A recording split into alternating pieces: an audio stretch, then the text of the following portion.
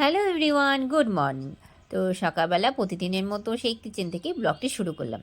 আজকে শ্রুতিরাজের জন্য করছিলাম সব ভেজ ডাল, মানে সব সবজি দিয়ে।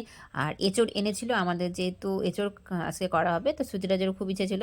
তো ওই এঁচড় আর সব সবজি দিয়ে একটা ভেজ ডাল করেছি।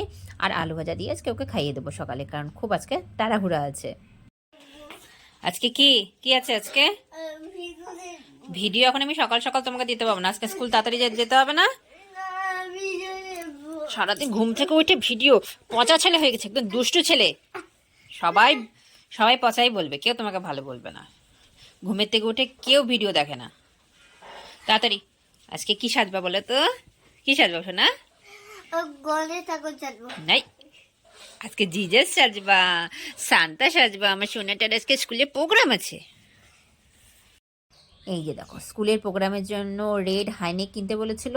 তো রেড কালারটা আমার একদমই পছন্দ না, মানে কেন জানি মেয়েদেরকেই ভালো লাগে, ছেলেদের আমার খুব একটা রেড পছন্দ না। তো স্কুলের প্রোগ্রাম যেহেতু রেড তো পরতেই হবে। আর এই যে দেখো, ও কিন্তু রেডি। এবার হচ্ছে আমি রেডি হব। আমি ভাবছি আজকে শাড়ি পরবো। তো দুজনে মিলে রেডি রেডি হয়ে এখন আমরা যাব। শাড়ি পরেছি বলে আর হাঁটতে পারলাম না, তাই ছেলেকে বললাম চলো দুজন মিলে আজকে টোটোতেই যায়। আর বাইরেটা প্রচণ্ড রোদ। স্কুলের গেটটা খুব সুন্দর করে সাজিয়েছে, সান্তার স্টিকার বসানো, দেখতেই পাচ্ছ।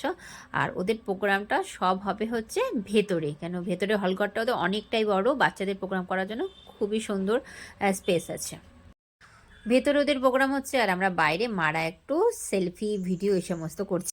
প্রোগ্রামের ফাঁকে আবার আমার ডাক পড়লো, কেন শ্রুতিরাজকে বলেছিল জিজেস সাজাতে, আর মাতামেরির মা রেডি করালো। তো দুজনকে সাজুগুজু করিয়ে এখন ওদের আবার প্রোগ্রাম আছে, সেখানে নিয়ে যাবো। আর কেমন লাগছে ওদেরকে অবশ্যই কিন্তু কমেন্ট করে জানাবে। ভেতরে ওদের প্রোগ্রাম চলছে, তারপর ওদের ম্যামরাও একটা সুন্দর গান করবে।